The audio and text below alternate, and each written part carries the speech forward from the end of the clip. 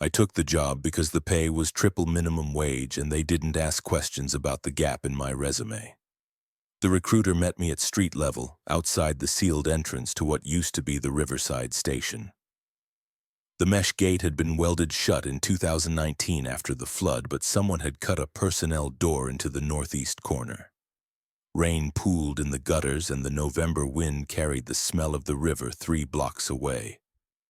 "You're early," the recruiter said. His name was Voss, and he wore a transit authority jacket that looked 15 years out of date. "Good. Shows you can follow the first rule already." He unlocked the personnel door with a key attached to his belt by a retractable cord. The air that came up smelled like wet concrete and copper. We descended. The emergency stairs were dry, lit by LED strips someone had run along the ceiling.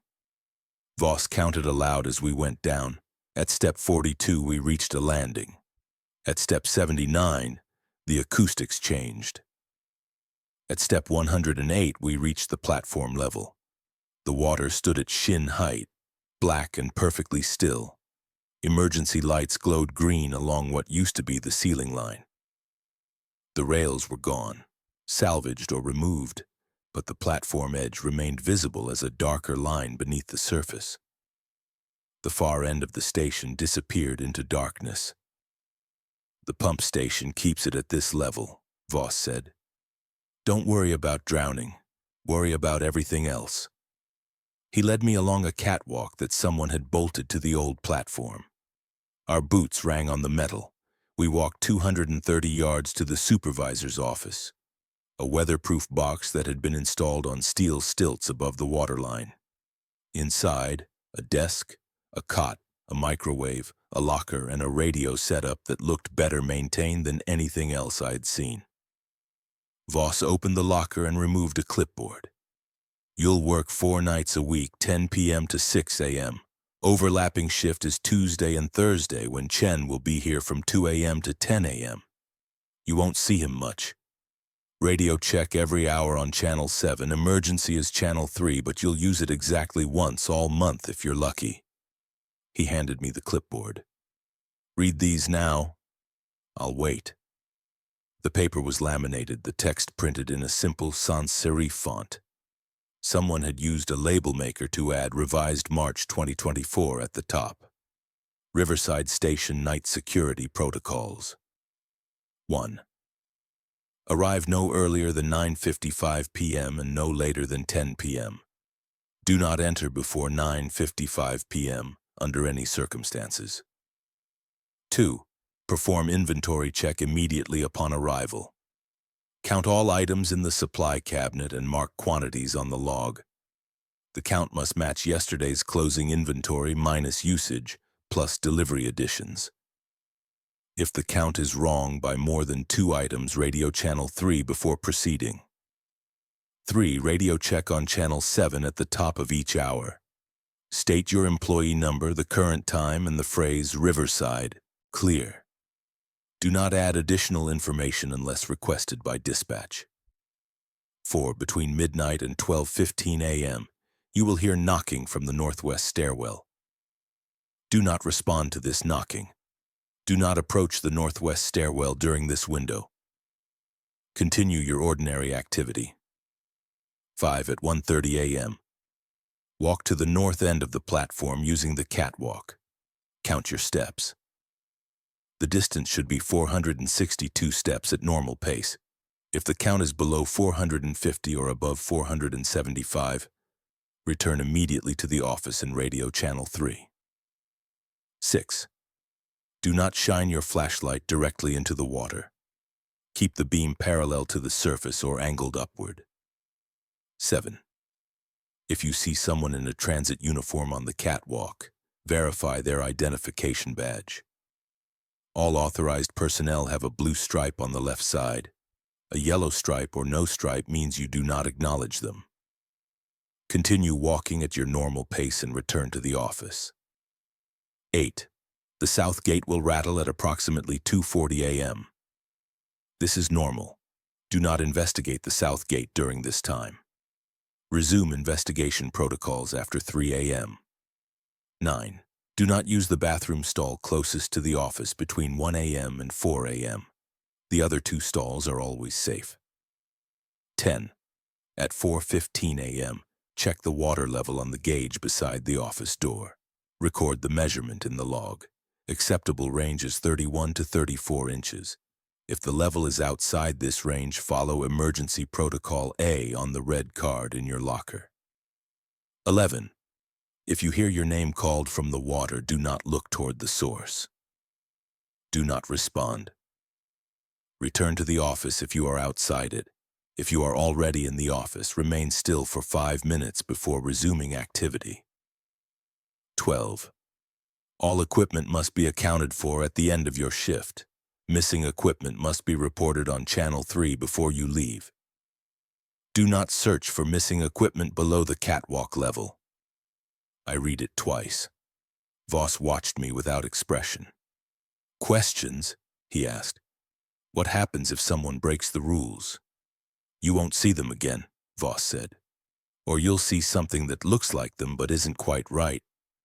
Either way, not your problem. Your problem is following the list. He showed me the rest.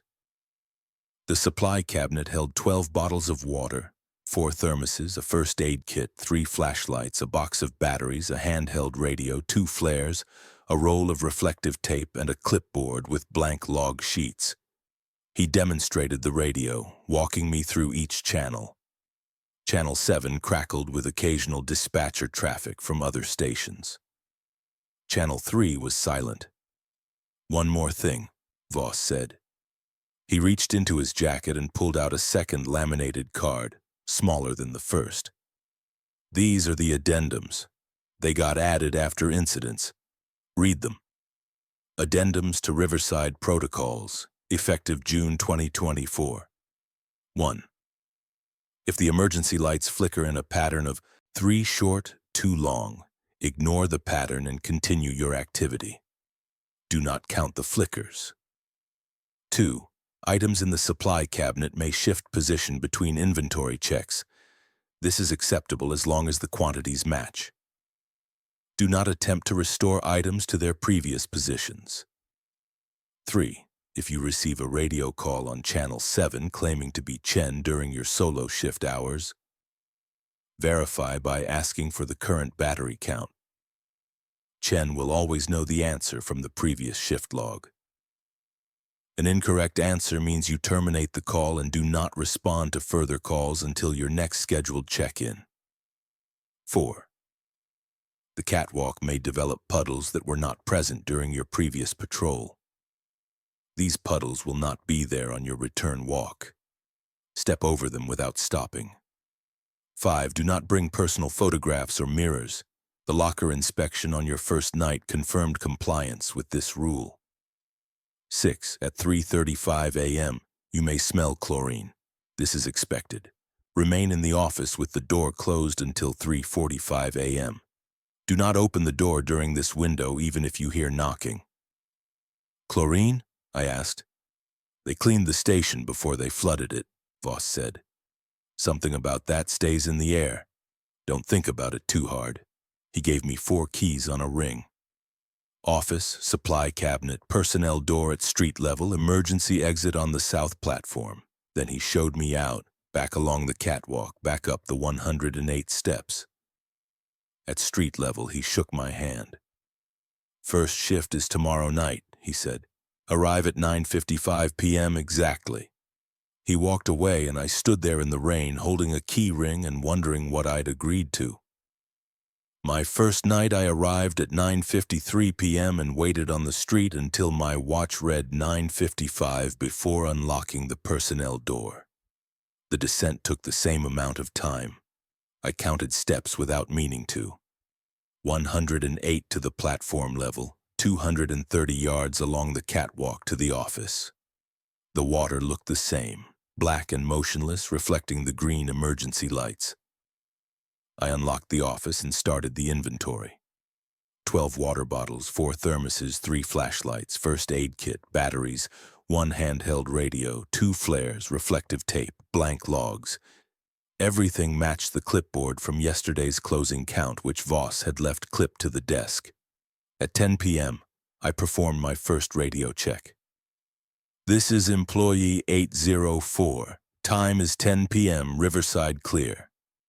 The dispatcher responded immediately. "Copy 804, next check 1100. I sat at the desk and watched the water through the office window. Nothing moved. The silence was total except for a faint mechanical hum from somewhere beyond the north end of the platform, probably the pump station Voss had mentioned. At midnight, the knocking started. It came from the northwest stairwell, exactly where the protocols said it would. 3 knocks, a pause, then 3 more, rhythmic and insistent like someone wanted in. I stayed at the desk and filled out paperwork about my previous employment, a task that required creative omission. The knocking continued for the full 15 minutes, then stopped at 12:15 a.m. on the dot. I did my 1 a.m. radio check. "Employee 804. Time is 1 a.m. Riverside clear." At 1:30 a.m., I walked north. I counted every step, keeping my pace even. The catwalk rang softly under my boots. The emergency lights cast my shadow on the water, long and distorted. I reached the north wall at step 460. Well within the acceptable range, the wall was concrete, featureless except for a sealed door that had been welded shut. I stood there for a moment, then walked back. 460 steps again. At 2:40 a.m., the south gate rattled. I was in the office filling out an incident report form that required me to document unusual observations. I'd written, "None so far."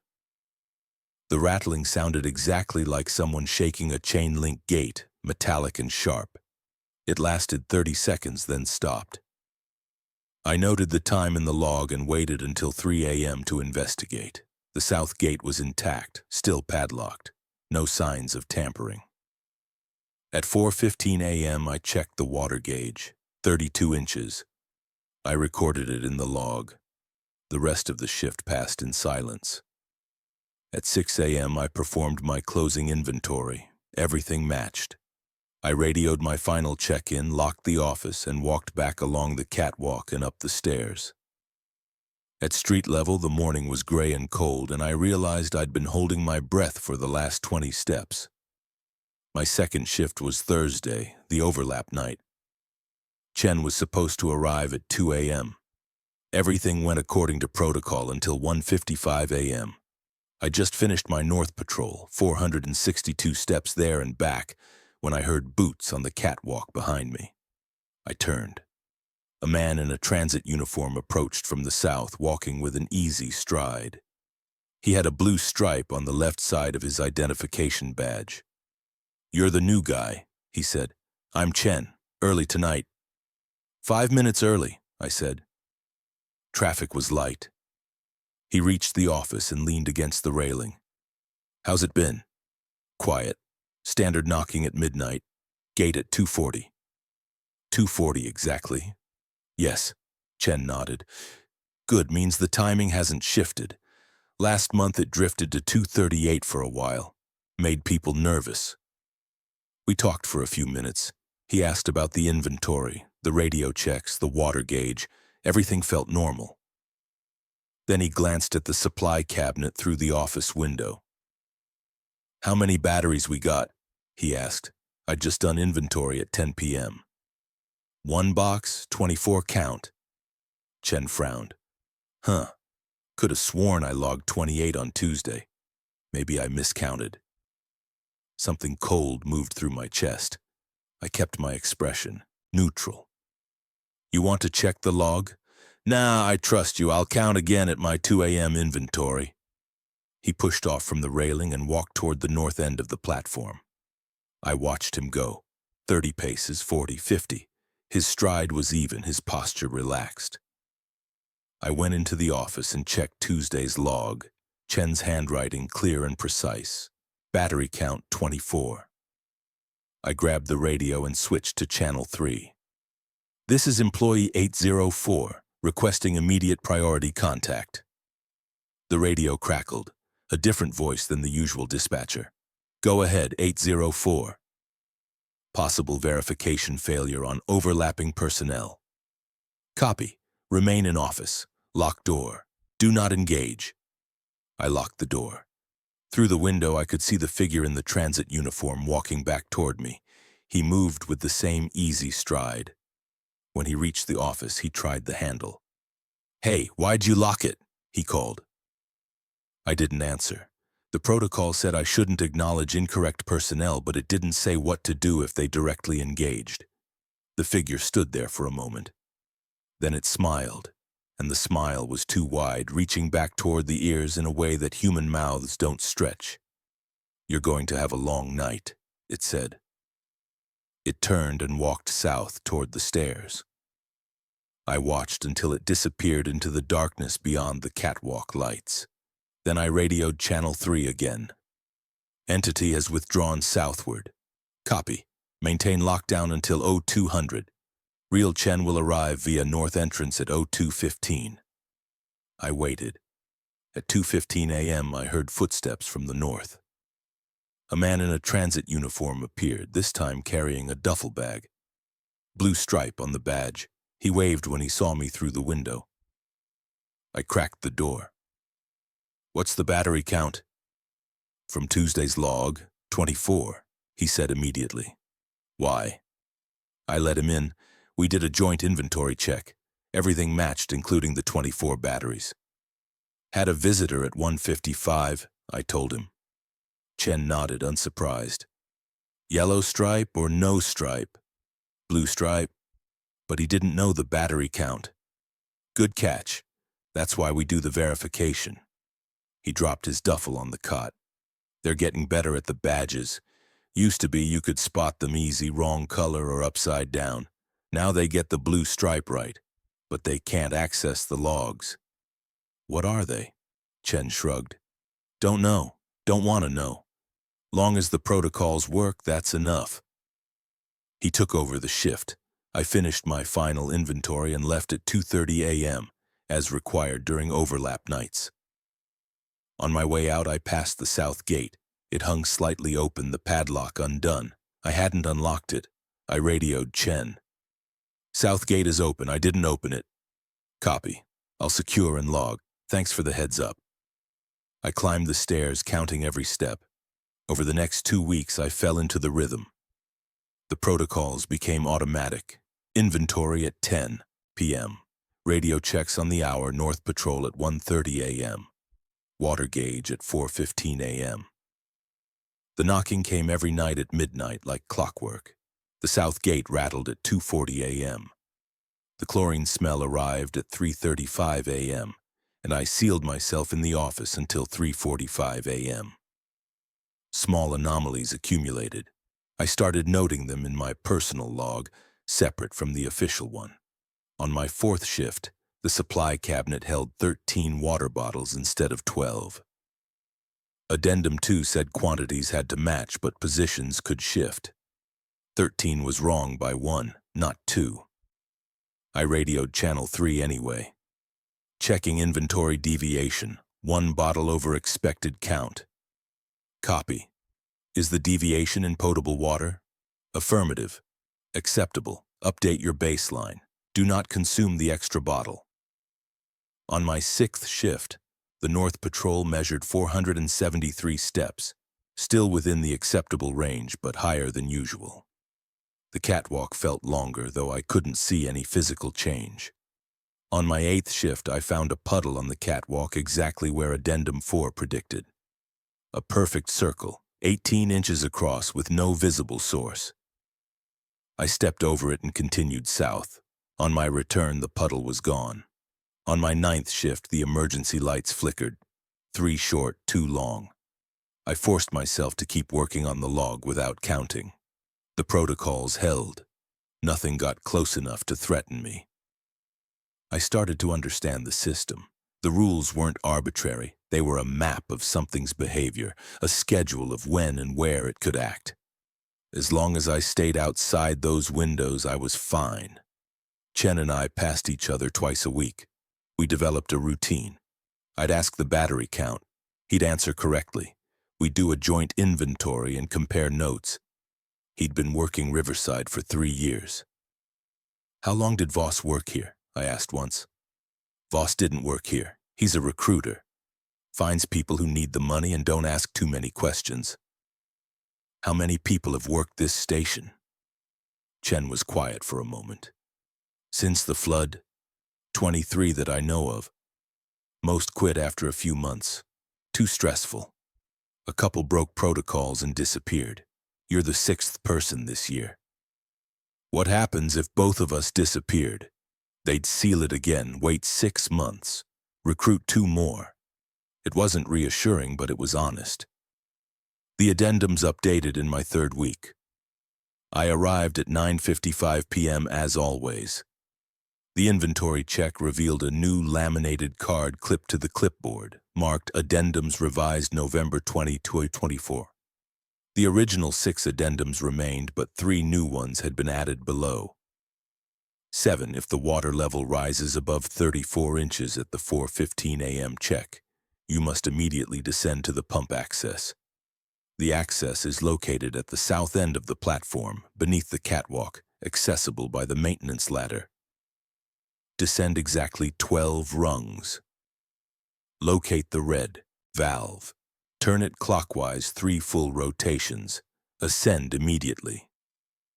Do not look at the water while on the ladder. Do not touch the water. Total time below catwalk level should not exceed 5 minutes. 8.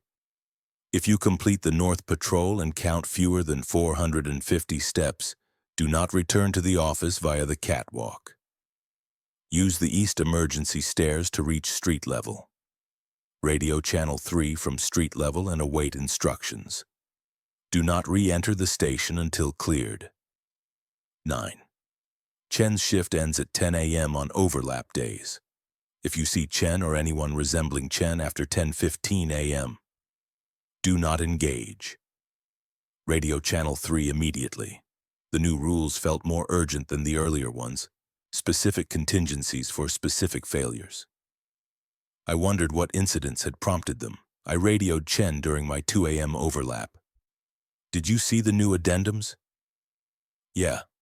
Got them Tuesday. Number 7 is because someone let the pump run dry last month. Number 8 is because the geometry gets unstable sometimes. Number 9 is because of last Thursday." "What happened last Thursday?" "Someone saw me after 10:15 a.m. Tried to talk to me. Wasn't me. Real me was already home." "What happened to them?" "They followed protocol, radioed Channel 3, got out, they quit the next day." We finished the inventory in silence. At 4:15 a.m. on my 14th shift, the water gauge read 36 inches. I stared at the number. Above the acceptable range. Emergency Protocol A, the red card in the locker. I retrieved the card. The instructions were brief. Emergency Protocol A, high water. 1. Radio Channel 3, report current gauge reading. 2. Proceed to South Platform pump access using the maintenance ladder beneath the catwalk. 3. Descend 12 rungs, no more, no fewer. 4. Locate the red valve on the eastern wall. 5. Turn the valve clockwise 3 full rotations, count each rotation allowed. 6. Ascend immediately. 7. Do not look at the water during descent or ascent. 8. Do not touch the water. 9. Total time below catwalk level must not exceed 5 minutes. 10. Return to office and monitor gauge. Level should drop to acceptable range within 20 minutes. I radioed immediately. Employee 804. Gauge reading is 36 inches. Initiating Emergency Protocol A. Copy 804. Proceed with protocol. Radio when complete. I grabbed a flashlight and walked south to the end of the catwalk. The maintenance ladder was bolted to the platform edge, descending into the black water. Rust stained the metal where it met the water line. I clipped the flashlight to my belt, angled upward as instructed, and started down. I counted rungs aloud. 1, 2, 3.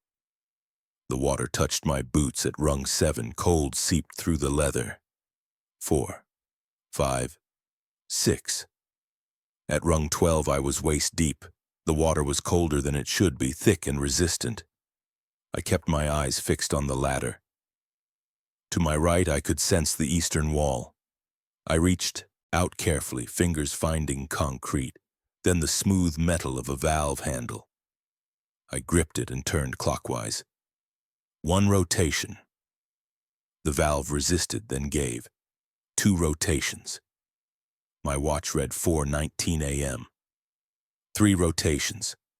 The valve locked. I released it and grabbed the ladder, started climbing. 1, 2, 3. Something moved in the water below me.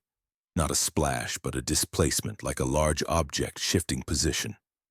I kept my eyes on the ladder and climbed faster. 4, 5, 6. At rung 12, I was clear of the water. I didn't stop. I climbed to the catwalk, stepped over the edge, and walked quickly back to the office. Inside, I radioed. 804, Protocol A complete. Time is 4:22 a.m. Copy, monitor gauge at 4:35.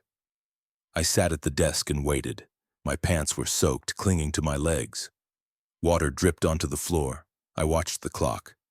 At 4:35 a.m., I checked the gauge, 33 inches. I radioed the update. The dispatcher acknowledged and said nothing else. The rest of the shift was standard. Closing inventory at 5:45 a.m., final radio check at 6 a.m., exit at 6:05. The climb to street level felt longer than usual. Chen texted me that afternoon. "Heard you ran Protocol A. Nice work," I replied. "How did you know?" "Dispatch logs. We can see each other's activity, keeps everyone aligned." "Has anyone failed Protocol A?" The reply took a minute. "Once, 2 years ago. Guy descended 13 rungs instead of 12. Never came back up. On my 17th shift, I heard my name. It was 2:30 a.m. I was at the desk filling out the hourly log. The voice came from somewhere south, out over the water. "David!" My actual name, clear and distinct in a voice I almost recognized. I stopped writing. "David, come here." "Protocol 11, do not respond, do not look. Return to office if outside, remain still if inside." I was already in the office. I set down the pen and sat motionless, staring at the log sheet. The voice called twice more, each time closer until it seemed to be directly outside the window. "David, I know you can hear me." I counted to 5 minutes on my watch. The voice stopped at minute 3. At minute 5, I resumed work. My hands were shaking. At 2:40 a.m., the south gate rattled on schedule. During my 3 a.m. radio check, I reported the name calling. The dispatcher's response was immediate. "Copy. Did you respond?" "Negative." "Did you look toward the source?" "Negative." "Good. Update your personal log. Continue normal operations." Chen asked me about it during our Thursday overlap. "Did it sound like someone you know?" "Almost. Like my sister, but not quite right." "They pull from memory somehow," Chen said. "Best guess is they read something in how you move, how you react. The system learns you. That's why the protocols are so strict. If you react, they learn faster." "Has it called your name?" "Twice. Once it sounded like my mother. She's been dead for 6 years.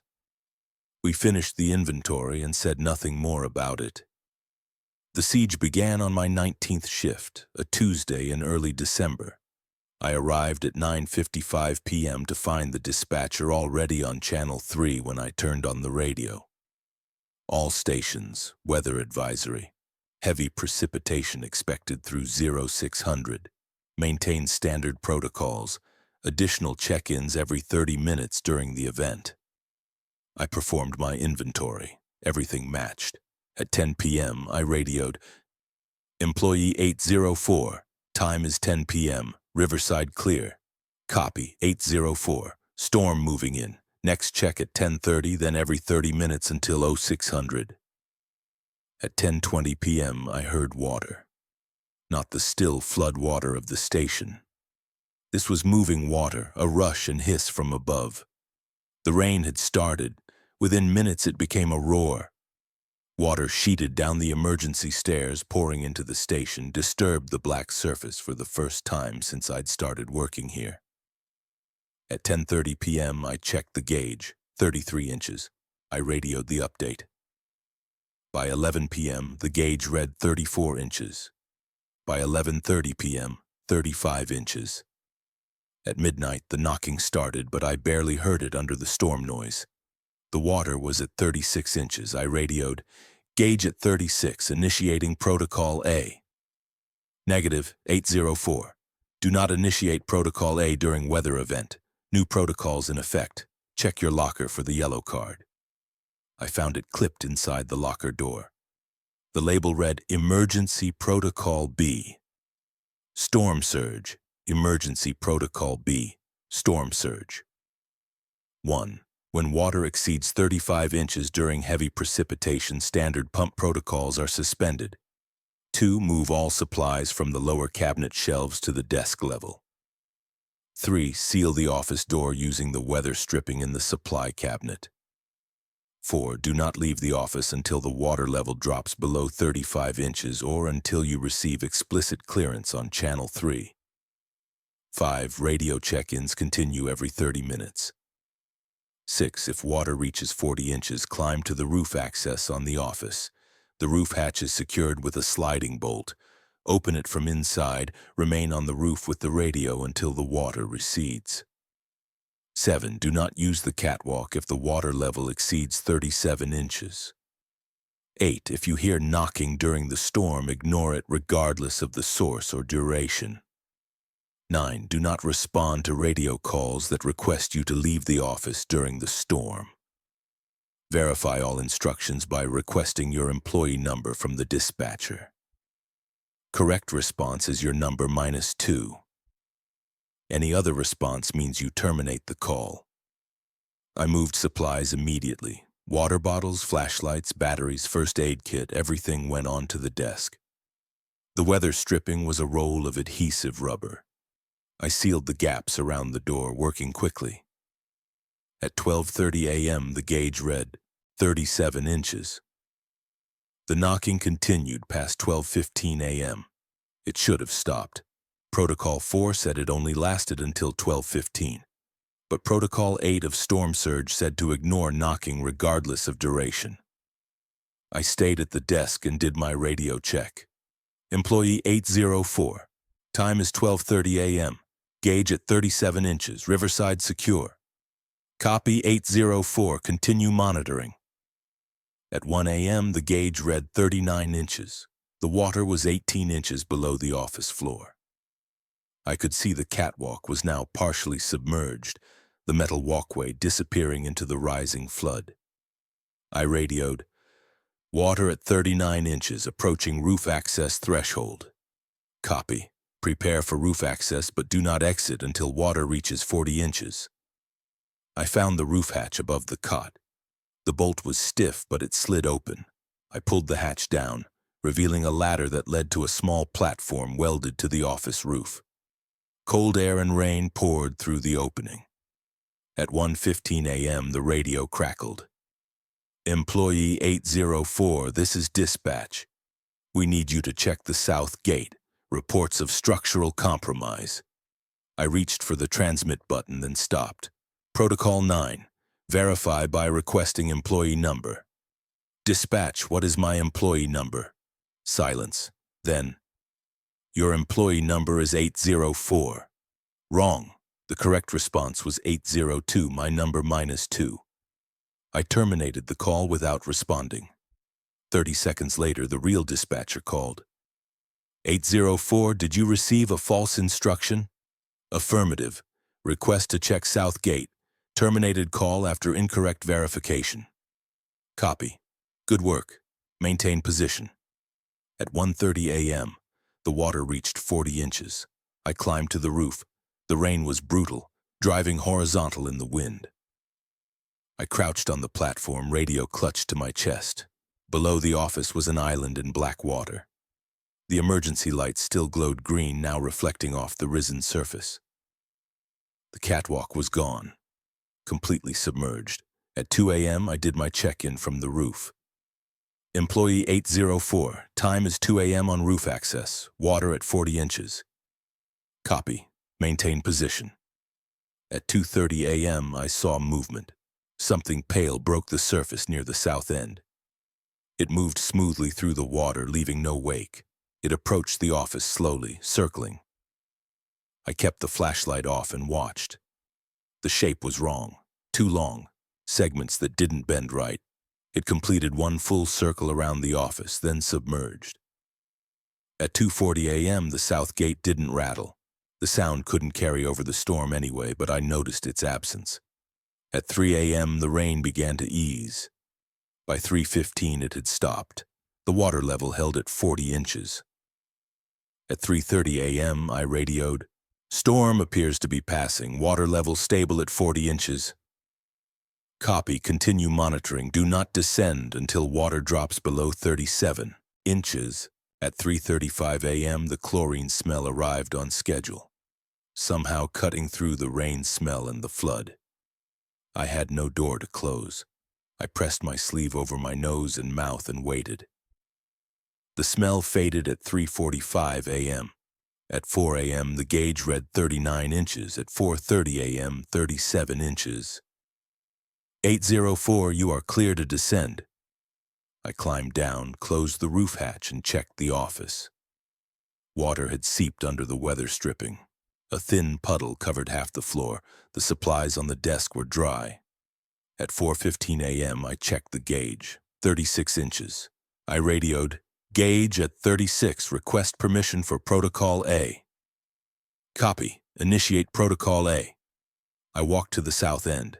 The catwalk was slick but visible again. The maintenance ladder waited. I descended 12 rungs, turned the valve 3 times clockwise, and climbed back up. Total time, 4 minutes. At 4:35 a.m., the gauge read 33 inches. By 5 a.m., it was back to 32 inches. The station had returned to its baseline. The emergency lights reflected off still water. The only evidence of the storm was the dampness on the catwalk and the puddle in the office. I completed my closing inventory at 5:45 a.m. Everything matched, though 3 items had shifted positions. Acceptable per addendum 2. At 6 a.m., I radioed my final check-in and left. Chen texted that afternoon.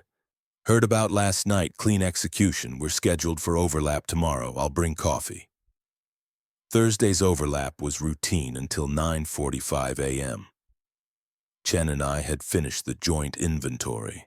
He'd given me a thermos of actual decent coffee, a rare luxury. We were comparing notes on the storm when someone knocked on the office door. 3 sharp knocks, purposeful. We both looked. Through the window, a figure in a transit uniform stood on the catwalk, blue stripe on the badge. But it was 9:45 a.m. 15 minutes before Chen's shift ended, which meant he was still legitimate. 15 minutes before anyone should be questioning his presence. Except this wasn't Chen. Chen was sitting next to me. "What's the battery count?" Chen asked softly. 28, I said. "As of your Tuesday log." Chen stood and opened the door a crack. "What's the battery count?" he called out. The figure smiled. 24. "Wrong." Chen shut the door and locked it. He radioed Channel 3. "Possible entity manifestation at 09:45, Riverside office." The figure outside knocked again. Then it spoke, and the voice was identical to Chen's voice. "Come on, man, I know we're both tired. Let me in." Chen ignored it. We waited. The figure stood there for 3 minutes, then walked south. At the edge of the catwalk lights, it paused and looked back. Even from this distance, I could see that the smile was too wide. It kept walking until the darkness swallowed it. At 10 a.m., Chen gathered his things. "I'm heading out. You good?" "Yeah. Remember Addendum 9. If you see me after 10:15, it's not me." He left via the north stairs.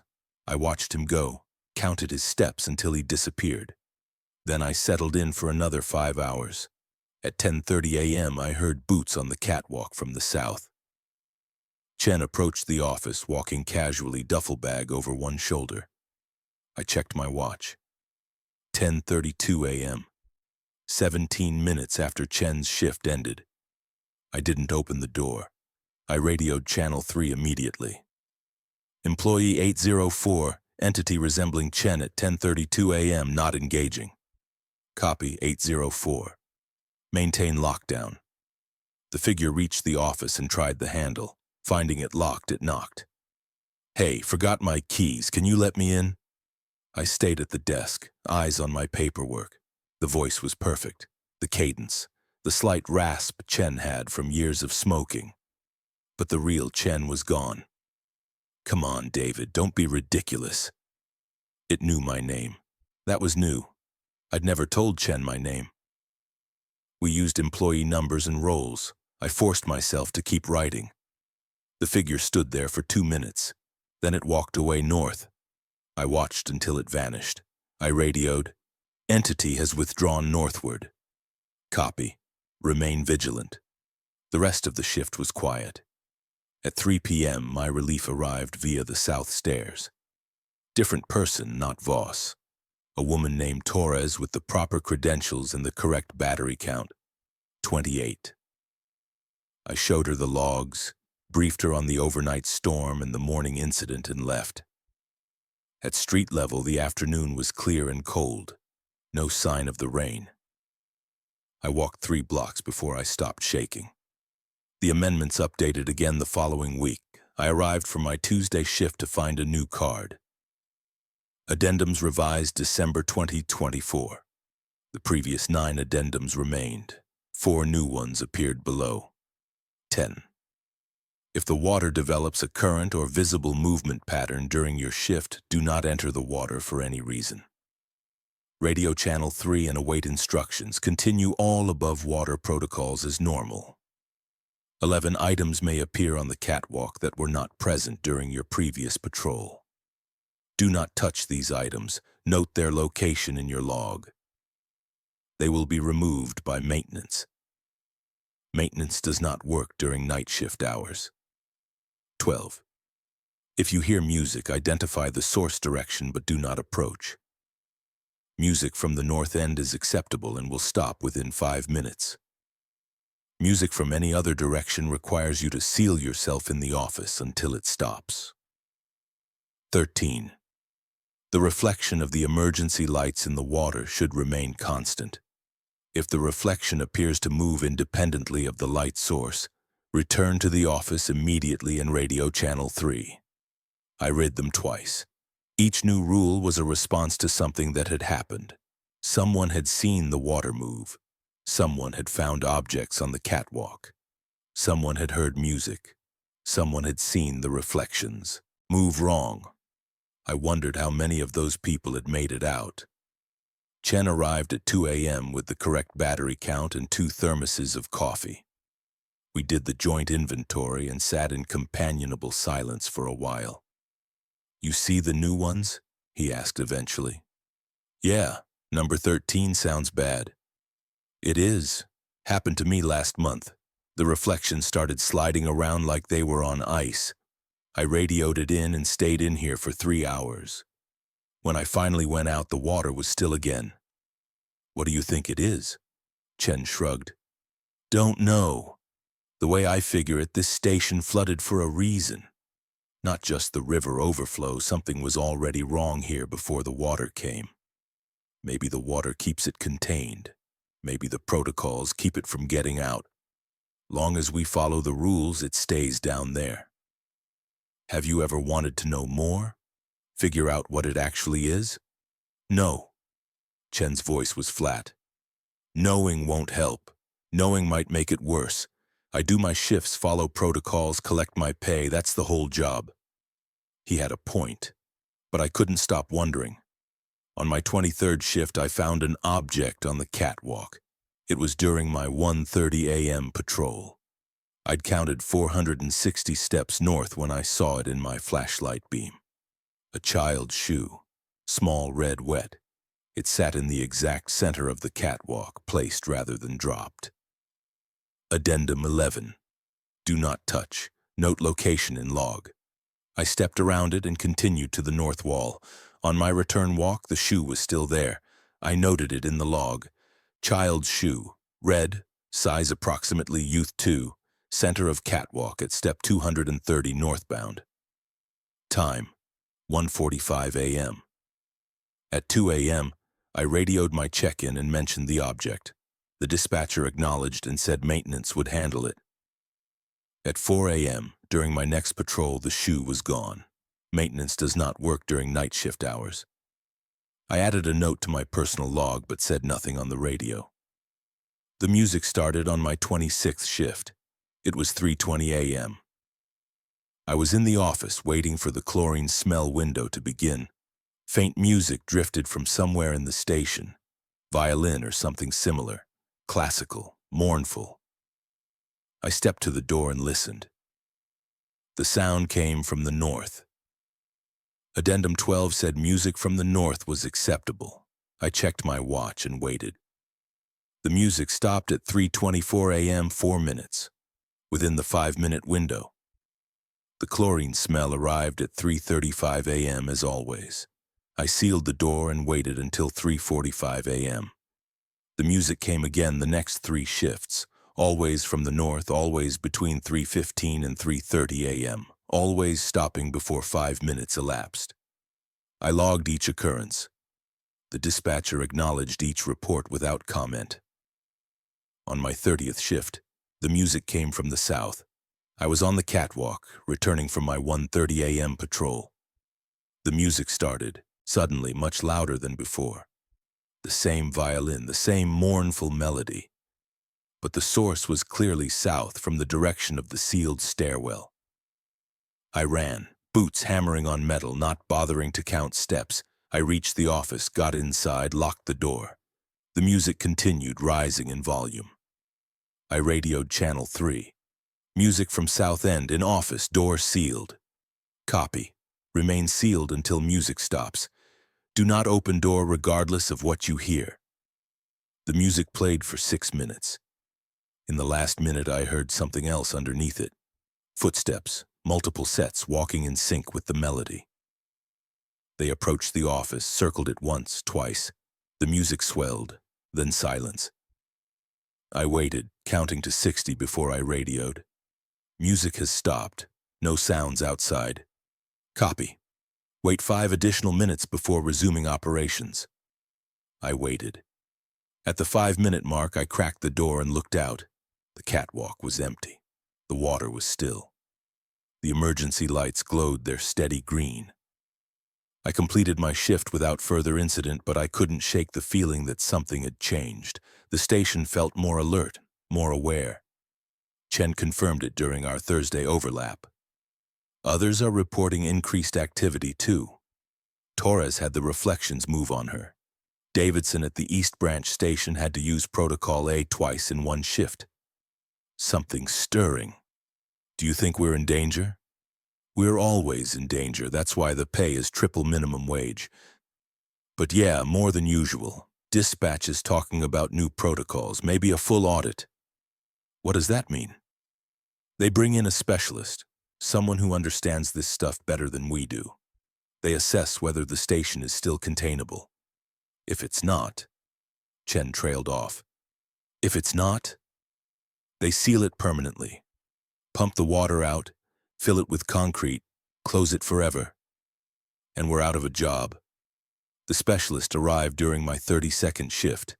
I was running my 10 p.m. inventory when someone knocked on the office door. 3 precise knocks. I looked up. A woman in a different style of transit uniform stood outside, not the usual jacket. This one was older, gray instead of blue, with patches I didn't recognize. No name tag, no badge stripe. I cracked the door. Can I help you? Employee 804. She had a voice like gravel. I'm here for the audit, let me in. I need to verify your authorization. She held up a radio. Channel 3, ask them yourself. I radioed. Visitor claiming to be audit specialist, requesting verification. The dispatcher responded immediately. Affirmative. Specialist Garza. Full access authorization. Cooperate with all requests. I let her in. Garza set a heavy case on the desk and looked around the office with a professional eye. She was older, maybe 60, with gray hair pulled back tight. Scars marked her hands. "How long have you been working this station?" she asked. 8 weeks, 32 shifts. "Any protocol violations?" "None by me. Encountered several entities attempting protocol violations or mimicry. All contained per protocol." Garza nodded. "Good, I'm going to run some tests. You'll continue your normal operations. Ignore me unless I ask you a direct question. Don't ask me questions, understood?" "Understood?" She opened the case.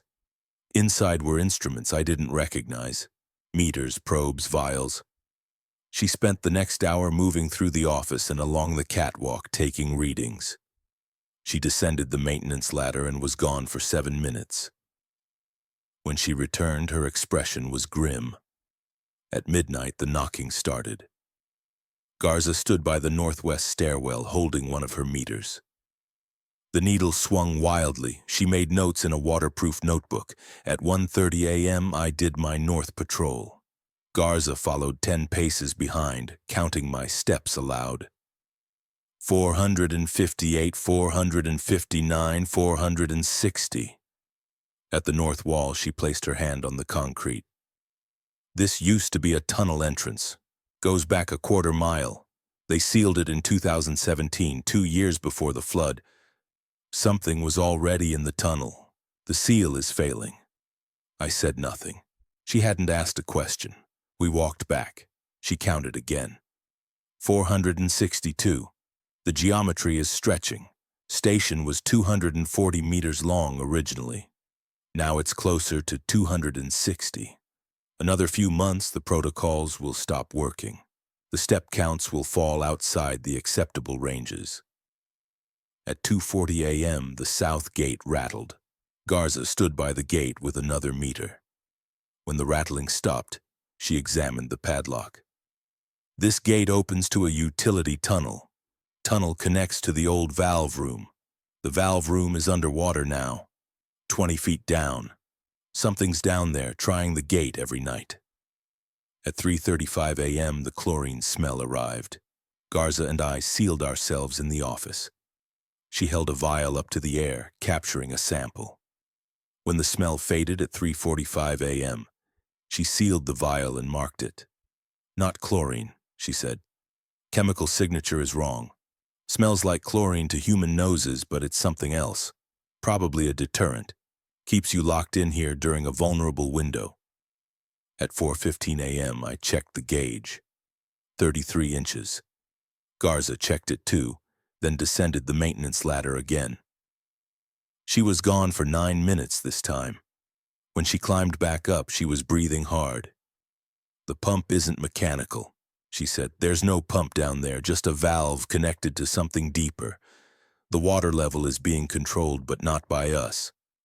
At 6 a.m., I completed my closing inventory. Garza packed her instruments. At the door, she turned to me. "You're good at this job. Precise, careful. You follow protocols exactly. That's going to keep you alive for maybe another month. After that, the station will be outside containment parameters. When you get the notice, leave immediately. Don't try to work one more shift. Don't try to say goodbye. Just leave." "What happens to it?" "They'll seal it, flood it deeper if they can. Hope that's enough." "If it's not," she shrugged, "not your problem anymore." She left via the south stairs. I sat in the office for a long time after my shift ended, staring at the water.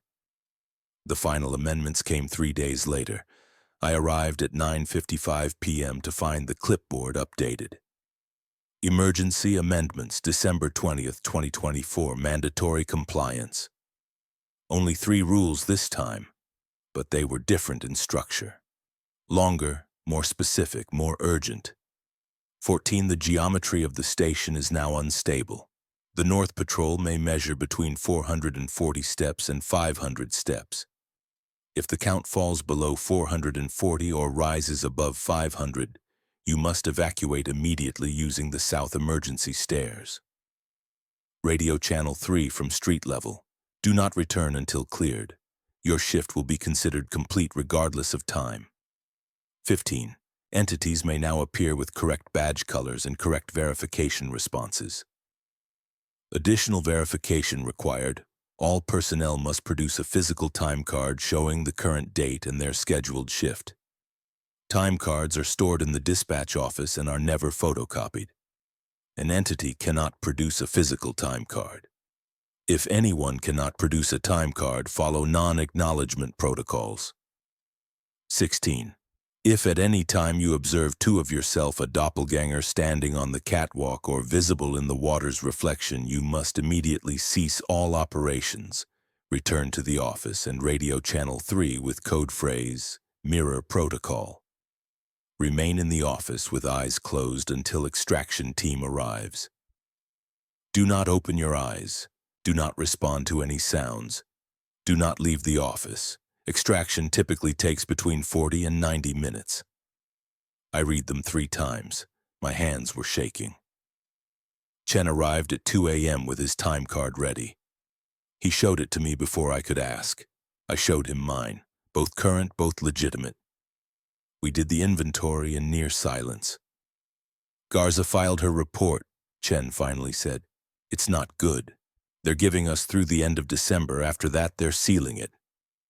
Did she say what it is? Chen shook his head. She said it doesn't have a name. It's older than names. It was in the tunnels before the city was built. The station construction exposed it. The flood was supposed to contain it. Didn't work.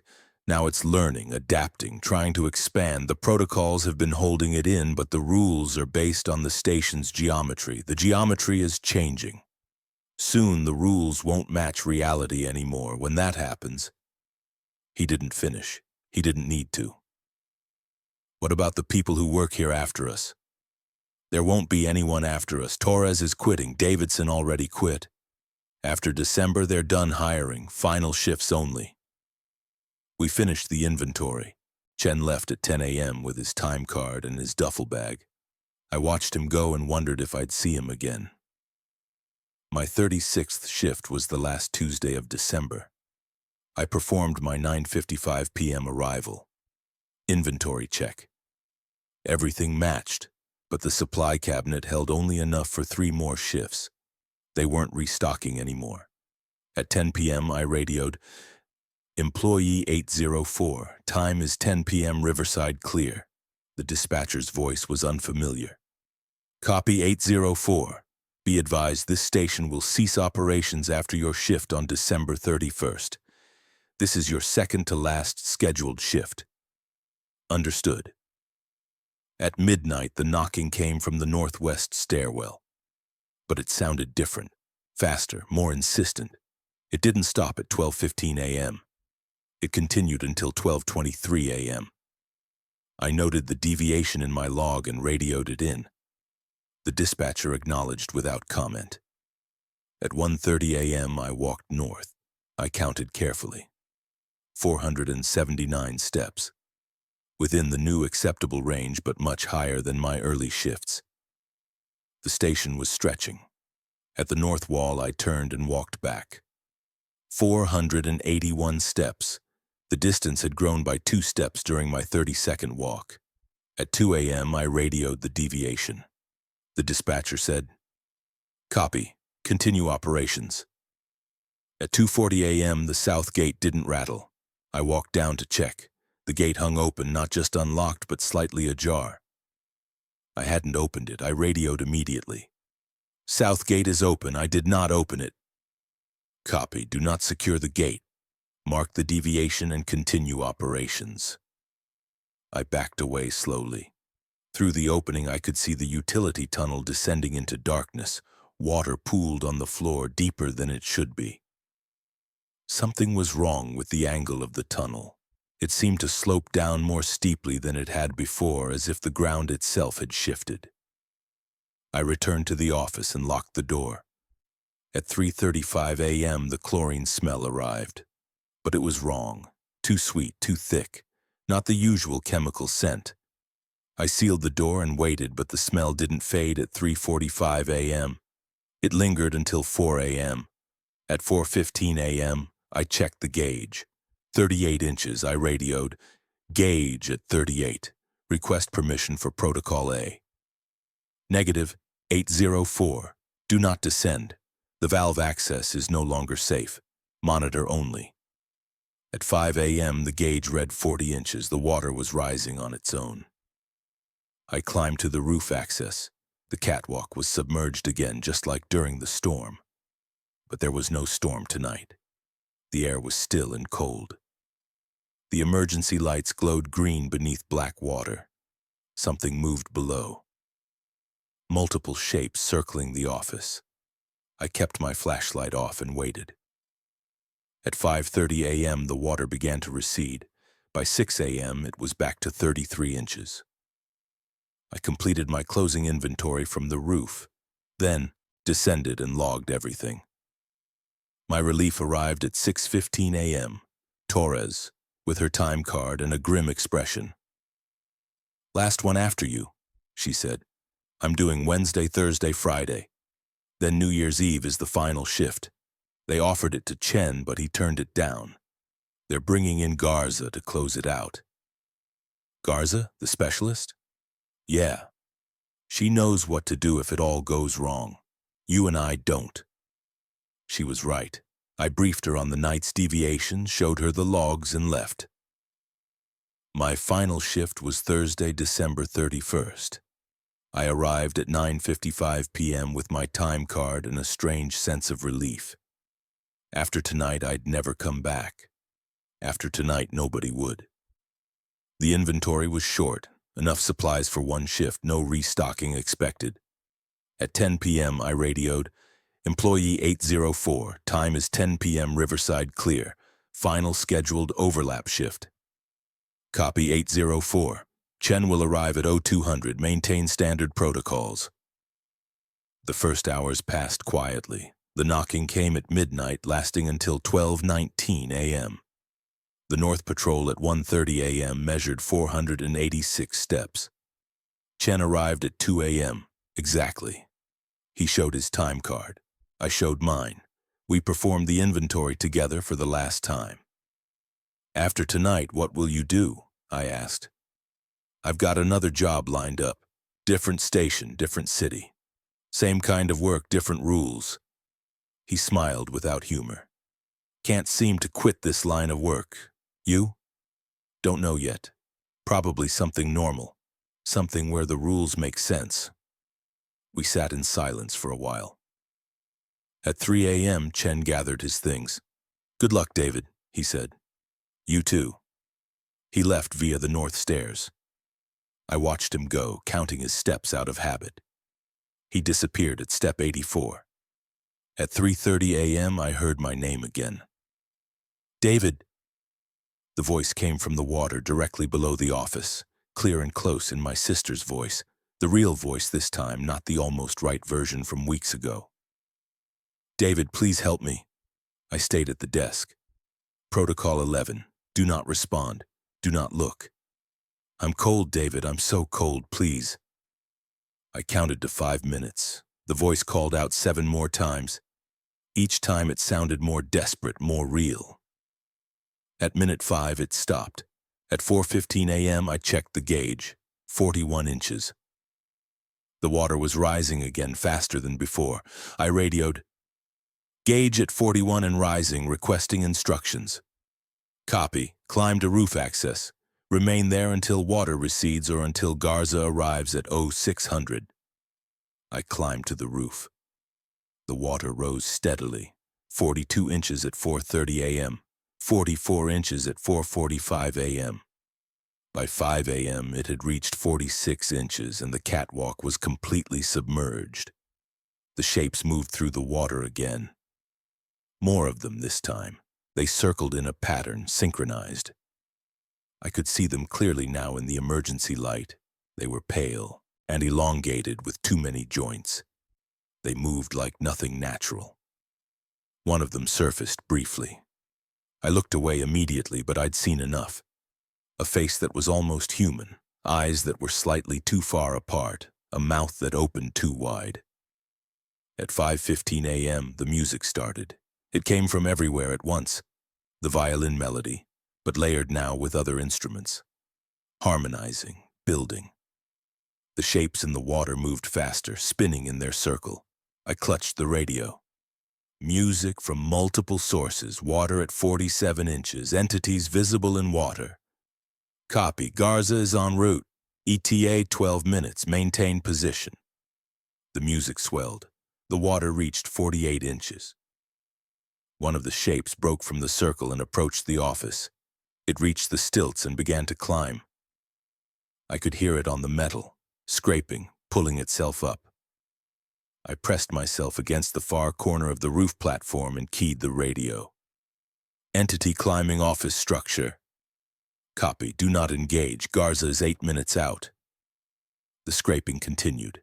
Something appeared at the edge of the office roof. Pale fingers, too long, gripping the metal. A head began to rise. I looked away, focusing on the radio in my hands. I could hear it breathing, wet, rattling breaths that didn't match any human rhythm. "David," it said in my sister's voice. "Look at me, David."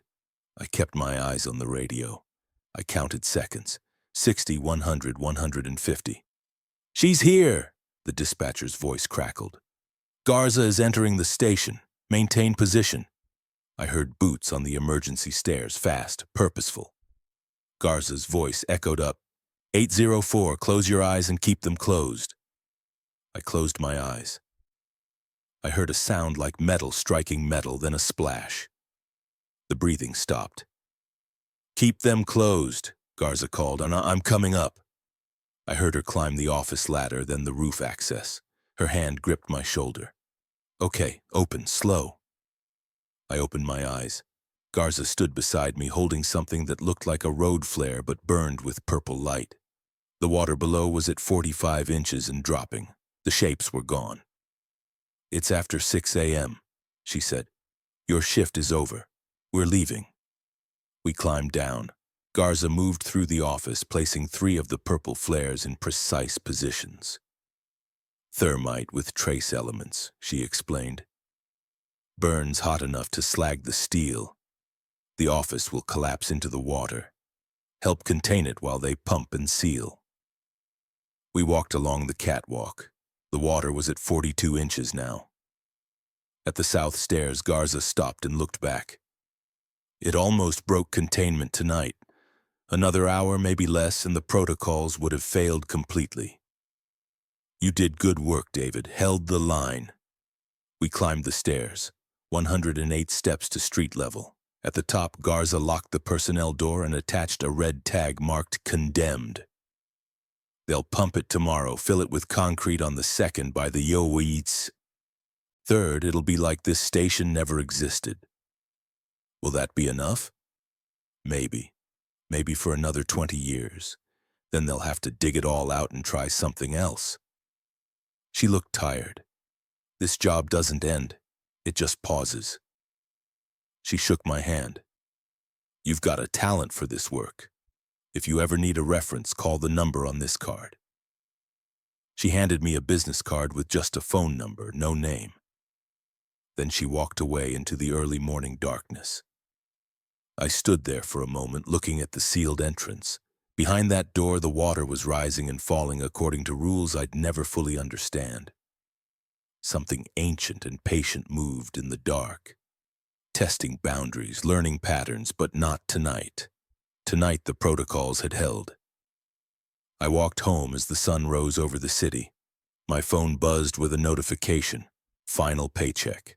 12 weeks of triple minimum wage deposited and cleared. Worth it, I thought. Almost worth it. 3 days later, I received an envelope in the mail. No return address. Inside was a single laminated card and a handwritten note. The note read, "Station sealed January 2nd, 2025. Contractor confirmed full concrete fill. Your logs have been archived. Riverside Station is officially closed. Thank you for your service." The laminated card was different from the others. Smaller, simpler. It read, "If you ever work another site, 1. Rules exist for a reason. Follow them precisely. 2. Some places are thin. The protocols keep them from tearing. 3. You will recognize the signs. Unexplained geometry changes, time anomalies, entities that almost pass for human. 4. When you see these signs, remember you survived Riverside. 5. Train the next person well. The work continues. 6. Never go back to Riverside. Never speak its name at another site. 7. If something follows you from a closed station, call the number immediately. 8. Trust the rules more than your senses. Your senses can be fooled. I put the card in my wallet next to Garza's business card. I didn't plan to work another site. I wanted something normal, something safe. But I kept the cards anyway, just in case.